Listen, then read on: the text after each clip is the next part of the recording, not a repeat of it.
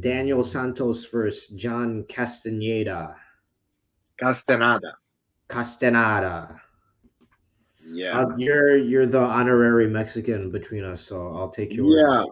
And actually, I met him in Mexico, like I Oh think no way. 2020, right after his first UFC fight, that he lost, but like he's now the last two fights he won, and he won by finish, and he looks pretty damn good, like I really like his style. He's pushing the pace, he's going for the finish, he's smartly picking his shots. I like his kicks.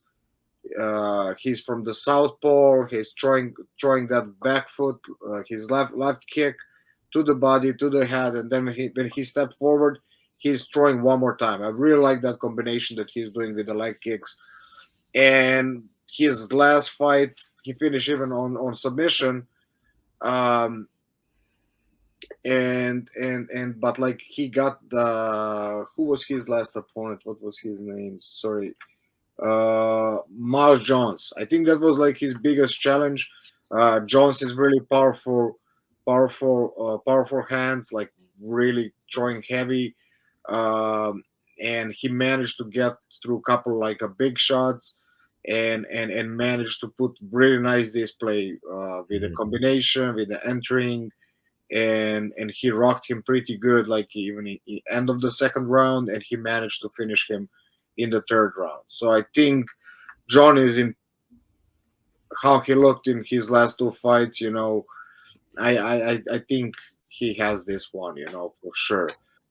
Santos, he's really unpredicted with that spinning Yeah. stuff that he throws. He even like have, I think, three fights that he finished on the two on the spinning kick and one on the spinning elbow or fist. I'm not sure, but like he's really unpredictable, like so he can surprise.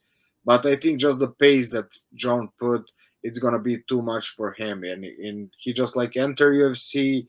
Uh, he had 0-1, like so. I think, especially like after entering to UFC and having defeat, it's a question how he will deal with that. And I think John will be too much for him, so I see John winning this one.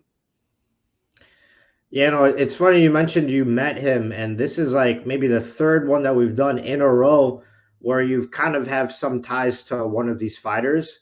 Normally, I would say like you probably met him in the gym, but because it's in Mexico, did you meet him on a beach when you were there? No, we actually met at the gym, like the Yeah. place that I went to train jiu-jitsu.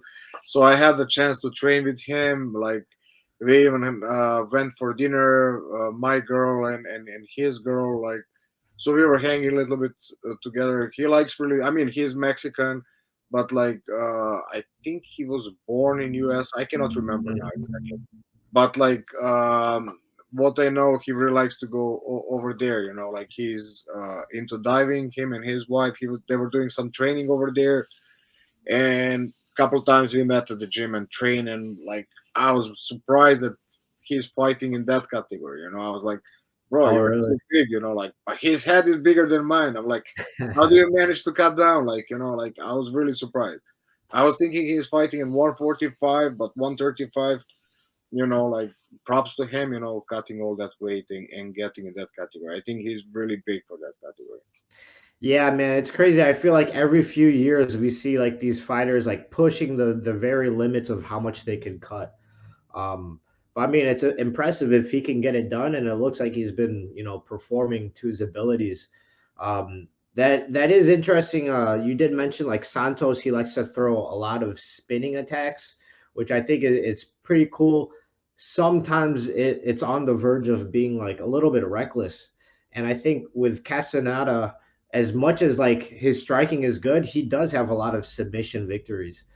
And against someone like Santos, who's always throwing spinning attacks, I wonder if Casanata is kind of going to wait for that and see kind of an opening to take him down from the back. Because we've seen even in like the higher levels of MMA, like if you throw an ill-timed spinning attack, you give up your back. Sometimes you don't recover from that. It's a takedown, and then you get pounded out, or in Casanata's case, maybe choked out. because he does have those good submissions. You know, he's a brown belt under Greg Nelson, someone who's been in the game, known for his grappling ability, coaching ability for a while now. So I wouldn't be surprised if Castaneda gets another submission because one of those spinning attacks. But either way, these guys are going to put on an exciting fight, no doubt. Yeah, that's for sure. Like, and John is like pretty much almost like the same like in the previous match, like minus 190, little bit higher favorite. So that's something that maybe like you can play around. So like I said, even though it's like a minus 190, I would go with John. Mm.